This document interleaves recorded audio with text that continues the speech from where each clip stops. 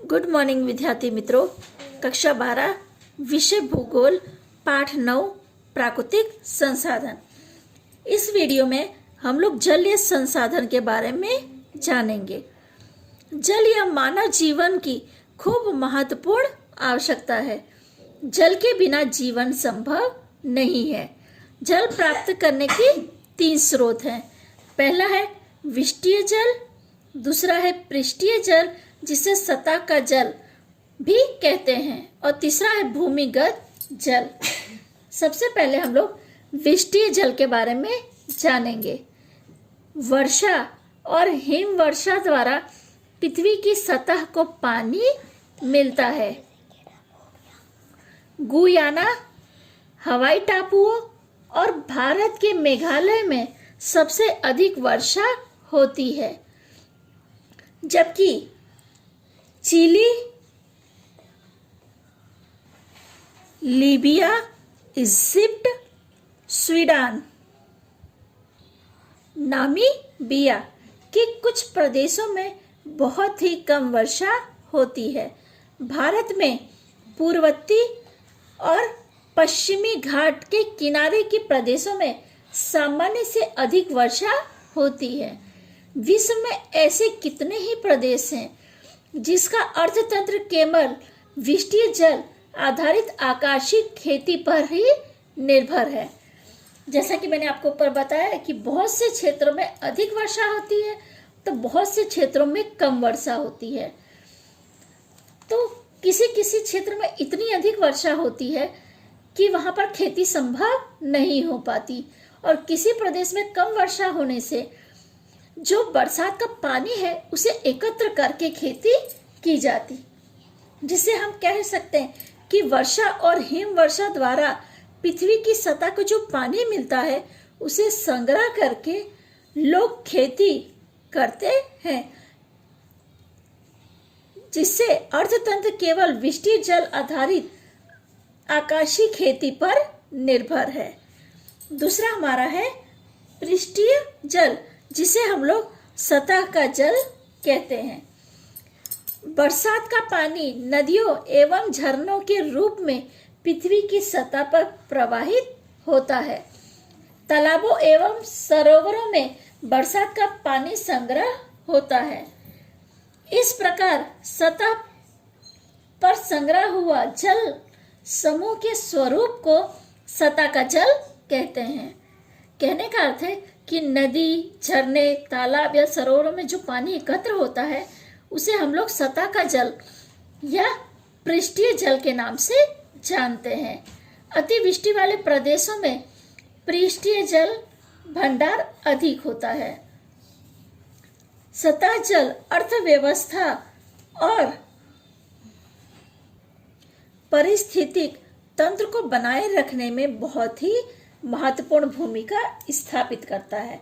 जैसा कि हमने ऊपर पढ़ा कि अर्थतंत्र केवल विष्टीय जल पर आकाशीय खेती पर निर्भर है। तो ये जो आकाश द्वारा वर्षा होती है, इनका जल संग्रह करके हम लोग खेती में इनका उपयोग करते हैं, जिससे अर्थव्यवस्था में काफी मदद मिलती है। पृष्ठीय जल का विश्व में सबसे अधिक भंडार यूएस एवं कनाडा की सरहद पर स्थित विशाल सरोवर में है। इन 5 विशाल सरोवर में सुपीरियर, मिशिगन, ह्यूरोन, इरी और ओंटारियो का समावेश होता है। विश्व की सबसे लंबी नदी नील इजिप्ट के अतिरिक्त कई देशों में होकर गुजरती है। यह शुष्क प्रदेशों के लिए नदी जीवनदायी है। भारत में गंगा, सतलज, ब्रह्मपुत्र, नर्मदा, गोदावरी, कृष्णा, महानदी इत्यादि बड़ी नदियां हैं। यह मुख्य नदियां एवं उनकी सहायक नदियां महत्वपूर्ण है। गंगा नदी पर टेहरी बांध, सतलज नदी पर भाखड़ नागर बांध, महानदी पर हीराकुंड बांध, नर्मदा नदी पर सरदार सरोवर योजना एवं कृष्णा नदी पर नागार्जुन सागर बांध का सतह जल संग्रह भारत के आर्थिक और सांस्कृतिक विकास में खूब महत्व रखता है।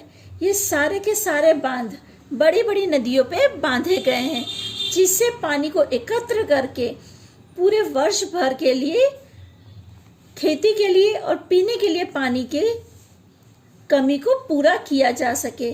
जैसा कि हमने ऊपर ही पढ़ा था कि जो हमारा अर्थतंत्र है वो वृष्टि पर आधारित है। अगर वर्षा होती है तो खेती होती है, तो जिसकी वजह से अर्थतंत्र में काफ़ी मदद मिलती है। अगर खेती नहीं होगी तो अर्थतंत्र पूरी तरह बिगड़ जाएगा। तो इन नदियों पे जो बांध बनाए गए हैं, सतलज नदी पर भाखड़ नागर बांध,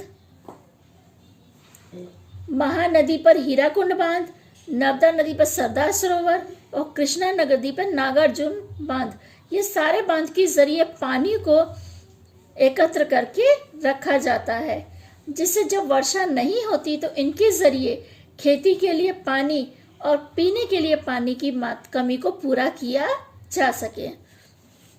तीसरा टॉपिक है भूमिगत जल। नदी, सरोवर, समुद्र आदि जल स्वरूपों में से भी पानी का कुछ भाग धीरे धीरे चट्टानों की जोड़ों, छिद्रों, दरारों और छिद्रालु चट्टानी स्तर में एकत्र होता है। उसे भूमिगत जल कहते हैं। ये भूमिगत जल की परिभाषा है। एक बार फिर से दोहरा रही हूँ। नदी, सरोवर, समुद्र आदि जल स्वरूपों में से भी कुछ पानी धीरे धीरे चट्टानों की जोड़ों, छिद्रों, दरारों और छिद्रालु चट्टानी स्तर में एकत्र होता है। उसे भूमिगत जल कहते हैं। सतह जल की प्राप्ति कम हो तो वह इस जल का उपयोग करने के लिए कुएं तथा नलकूप द्वारा अधिकतर विस्तारों में सिंचाई किया जाता है।